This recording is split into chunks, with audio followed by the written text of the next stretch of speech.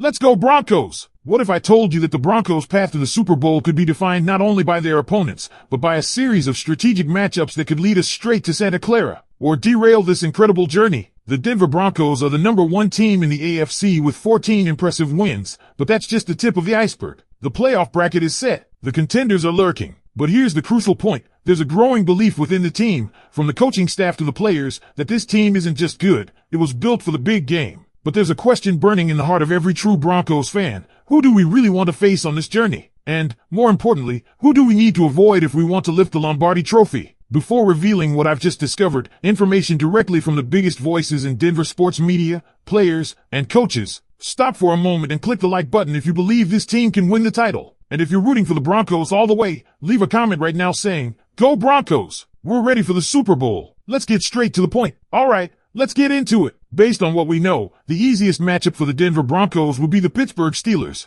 Now, don't let the name fool you. This isn't your old school steel curtain. This Steelers team snuck into the postseason and lacks the kind of offensive firepower or defensive grit that usually defines Pittsburgh football. They're weak against the pass, vulnerable against the run, and their quarterback play, despite being led by veteran Aaron Rodgers, has been inconsistent and underwhelming. Yes, Rodgers is a legend, but this isn't Green Bay in 2015. Remember that game? Von Miller and the boys held Rodgers to under 100 passing yards. The Steelers don't scare anyone this year. They're soft. As Cecil Lammey put it, they're stealing their name, but they're actually soft as margarine. This is a team the Broncos could dismantle, learn nothing from, and move on. But hey, if you believe in iron sharpening iron, then maybe the Steelers are too easy. Next up, the New England Patriots. Rookie quarterback Drake May has talent, no doubt. He's got the arm, the mobility, and the moxie, but he plays a little too much hero ball, thinking every throw can be a touchdown. The Patriots aren't battle-tested. They're riding on potential, not playoff experience. Bo Nix and the Broncos already got a taste of postseason intensity in Buffalo,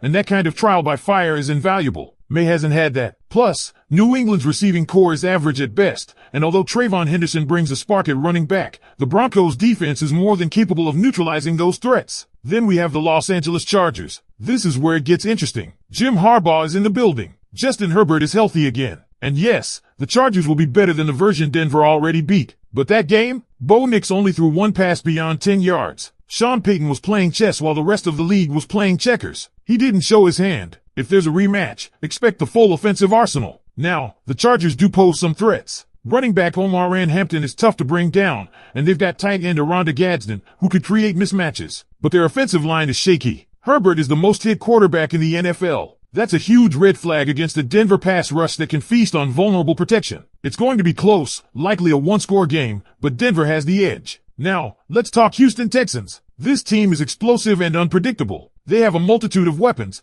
Jalen Noel, Jaden Higgins, Nico Collins, Dalton Schultz at tight end, and Woody Marks and Nick Chubb in the backfield. That's a lot to game plan for. But here's the catch. Their defense gives up big plays. 47 pass plays of 20-plus yards allowed this year. Denver can exploit that. Sean Payton loves to stretch the field, and if Bo Nix is given time, he can pick apart that soft zone coverage. The red zone is another area where Houston struggles. C.J. Stroud is solid, but slows down significantly inside the 20. If Denver plays smart, takes their shots, and keeps mistakes minimal, this is a winnable game. Now let's talk about the elephant in the room, the Buffalo Bills. They're vulnerable against the run, over 2,300 yards allowed on the ground, and 65 rush plays of 10-plus yards surrendered. They can be gashed, but will Sean Payton commit to the ground game? That's the million-dollar question. If J.K. Dobbins is healthy, he's the X-factor. His presence changes the entire offensive balance. R.J. Harvey has heart, but he's not as consistent, and timing has been off all year. The offensive line is top tier, top 5 in the league in pass and run block win rate. It's not the line, it's the back. If Payton sticks to the run, Denver can control the clock and wear down Buffalo. But if he gets pass happy, Josh Allen can make you pay. The Bills have a bruising ground game with James Cook and one of the best fullbacks in football, Reggie Gilliam. And Allen's mobility? That's a problem the Broncos have struggled with all year. And that leads us to the toughest possible matchup in the AFC, the Jacksonville Jaguars. This team embarrassed Denver during the season. Trevor Lawrence was on fire. Their run game was explosive. Their receivers made plays all over the field. They beat the Broncos physically and mentally. But that was then. The Broncos were riding an 11-game win streak, maybe a little too confident. Jacksonville treated it like their Super Bowl. But don't expect a repeat. Sean Payton doesn't forget. The entire Broncos locker room circled that one. If they meet again, expect revenge. Still, Jacksonville is hot, physical, and dangerous. Travis Etienne is a problem.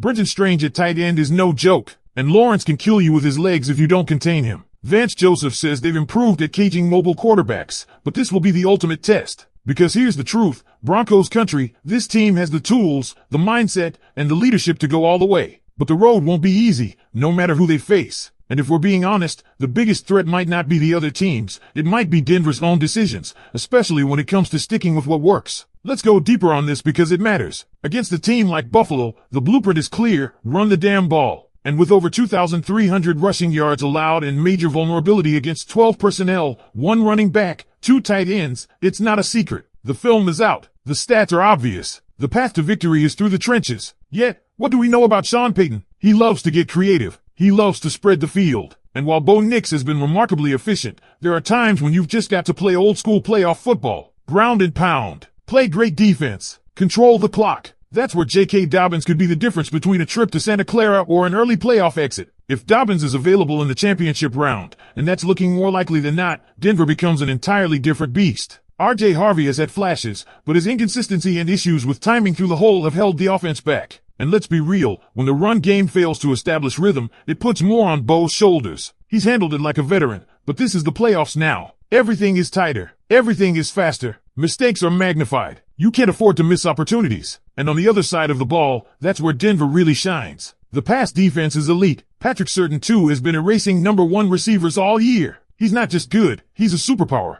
But here's the twist. Teams that don't have a true number 1 actually neutralize Surtain's impact. No top bat is shut down? It takes away one of Denver's biggest advantages. That's why matchups matter. Against teams like the Texans or the Jaguars, who spread the ball around and have multiple weapons, Surtain's assignment isn't as clear, and that makes the defense work harder. The tight end coverage issue also lingers. Denver has struggled with tight ends, and every playoff team has at least one that can cause damage. Now, circling back to the Jaguars, the team many are starting to dread. They didn't just beat the Broncos, they exposed them. They attacked the edge, they pushed the pace, and they dared Denver to respond physically. And the Broncos couldn't. That's a lesson. That's a scar. But it's also fuel. If you think Sean Payton forgot about that embarrassment, you don't know Sean Payton. If the rematch comes, he will bring a completely different game plan. One built to exploit Jacksonville's aggressiveness, their overcommitment, and their youth in big moments. What separates the Broncos right now isn't just their seeding or their stats, it's their leadership. Bo Nix has grown every week, and according to everyone around the building, he's different. Not just in talent,